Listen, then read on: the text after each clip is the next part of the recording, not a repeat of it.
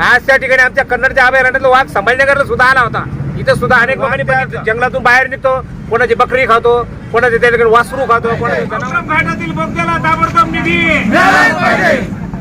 एका 15 वर्षाच्या मुलाला वाघाने काढला. 14 किलोमीटर बोगद्याचं काम अपूर्ण आहे. विकासासाठी चांगली दिशा देणार आहेत म्हणून या ठिकाणी पैशाचं न काढताना हा हायवेचा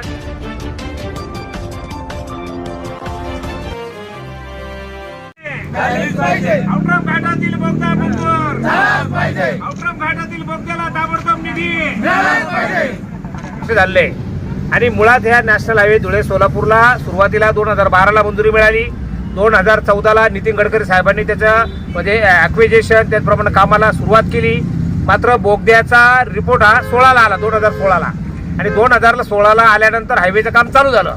आणि त्या टायमाला केंद्रीय दळणवळण मंत्री नितीन गडकरी साहेब यांनी असं सांगितलं की बोगद्याचं काम सरकार बनवेल आणि बाकी आपण बीओटीवर रस्ता करू.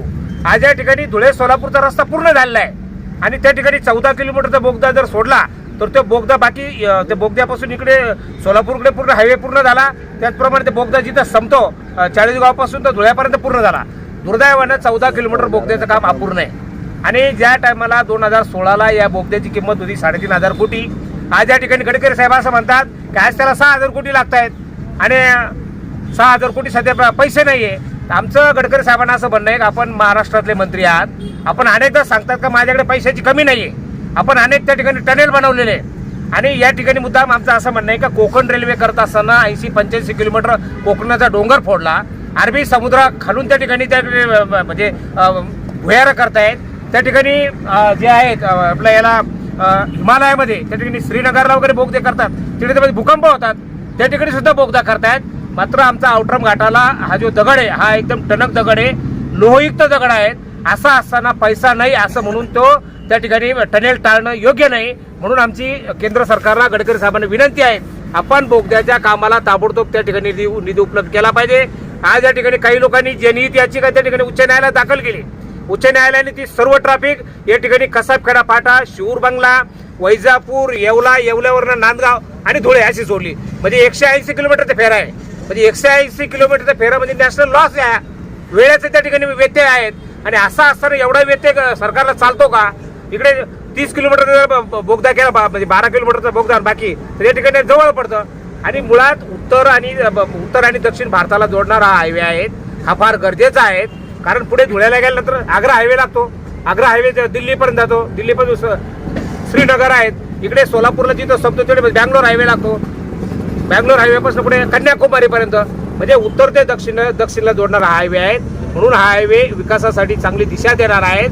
म्हणून या ठिकाणी पैशाचं न काढताना हा हायवेचा टनेल ताबडतोब त्या ठिकाणी त्याचं काम चालू झालं पाहिजे, यासाठी आमचे आंदोलन आहे. डीपीसी बैठकीत यावर चर्चा झाली. हो, झाली होती ना. त्या ठिकाणी पालकमंत्री महोदयांना सुद्धा आम्ही भेटलो होतो. त्यांना आम्ही आज सांगितलं होतं की बाबा तुम्ही किती दिवस आता किती लोकांचे बळी घेणार आहे. कारण त्या कन्नड घाटातून अनेक बसेस कोसळलेल्या आहे, अनेक त्या ठिकाणी कार त्या ठिकाणी खाली जात आहेत, अनेक लोकांचे बळी गेले. आणि मग अजून सुद्धा केंद्र सरकार अजून किती लोकांचे बळी झाल्यावर त्या ठिकाणी तो बोगदा करणार आहे. आणि बोगदा करताना फक्त मराठवाड्यासाठीच पैसे नाहीये का, आमच्या खानदेशासाठीच पैसे नाहीये का? हा जो अन्याय आहे हे आमच्यावर केंद्र सरकारने अन्याय दूर करावा. ताबडतोब या बोगद्याचं काम या ठिकाणी पूर्ण केलं पाहिजे. आता ते म्हणतात आम्ही पर्यायी मार्ग शोधतो. आता पर्यायी मार्ग म्हणजे 2012ला मंजूर झाला, आज या ठिकाणी 2024 आहे. म्हणजे त्या ठिकाणी 12 वर्षामध्ये बोगदा होऊ शकला नाही आणि पुन्हा पर्यायी मार्ग शोधत म्हणजे अजून 12 वर्ष थांबायचं का? आता विलंब न लावताना राज्य आणि केंद्र सरकारला आमची अशी विनंती आहे राज्य सरकारने याचा 50% वाटा उचलावा.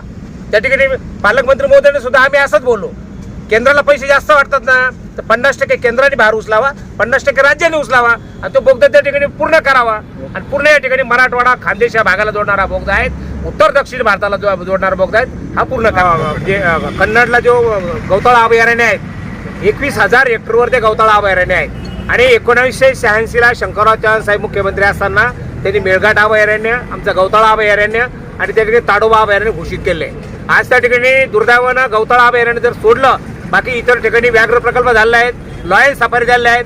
आमच्या कन्नडला त्या ठिकाणी पुढे वाघ पकडला अभयारण्य म्हणून आणून सोडतात. आज त्या ठिकाणी आमच्या कन्नडच्या अभयारण्यातला वाघ संभाजीनगरला सुद्धा आला होता, इथं सुद्धा अनेक लोकांनी बघितलं. आमच्याकडे कन्नड तालुक्यातल्या लोकांचं जीवन त्या ठिकाणी असंही झालंय, कारण वाघ त्या जंगलातून बाहेर निघतो, कोणाची बकरी खातो, कोणाचे त्या ठिकाणी वासरू खातो, कोणाचं जनावर खातो. एवढंच नाही, आता तर ते माणसावर सुद्धा हल्ला करायला लागले. मागच्या महिन्यामध्ये ऋषिकेश राठोड नावाचा आमचा भामरवाडीचा एका 15 वर्षाच्या मुलाला वाघाने खाल्लं त्या आश्रममध्ये. किती वाघ आहेत असं मला त्या ठिकाणी जवळजवळ 8 ते 9 वाघ आहेत आणि जवळजवळ 30 ते 40 बिबटे आहेत. त्या ठिकाणी अशी परिस्थिती आहे ते बिबटे ते हल्ला करायला लागले. त्या ठिकाणी रानडुक्कर आहे, वनगाय आहे, सांबर आहेत, हे प्राणी शेती पिकाचं नुकसान करतात. वन विभाग काय करतो मग? मग आम्ही वन विभागाला हेच सांगितलं की तुम्ही व्याघ्र प्रकल्प स्थापन करा.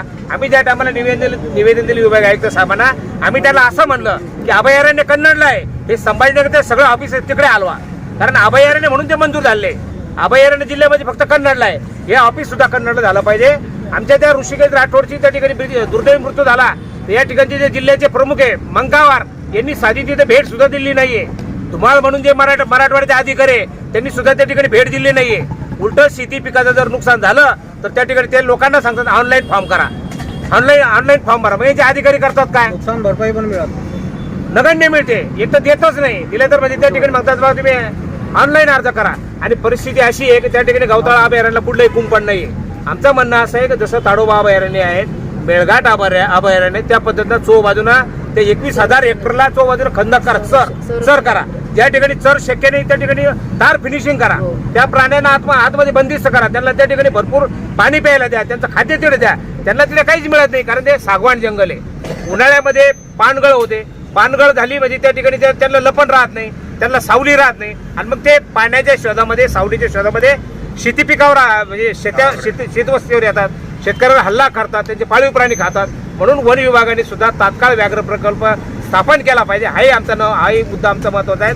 त्यासाठी सुद्धा आम्ही या ठिकाणी उपोषणाला बसलेलो आहोत. धन्यवाद. Subscribe now and press the bell icon. Never miss an update.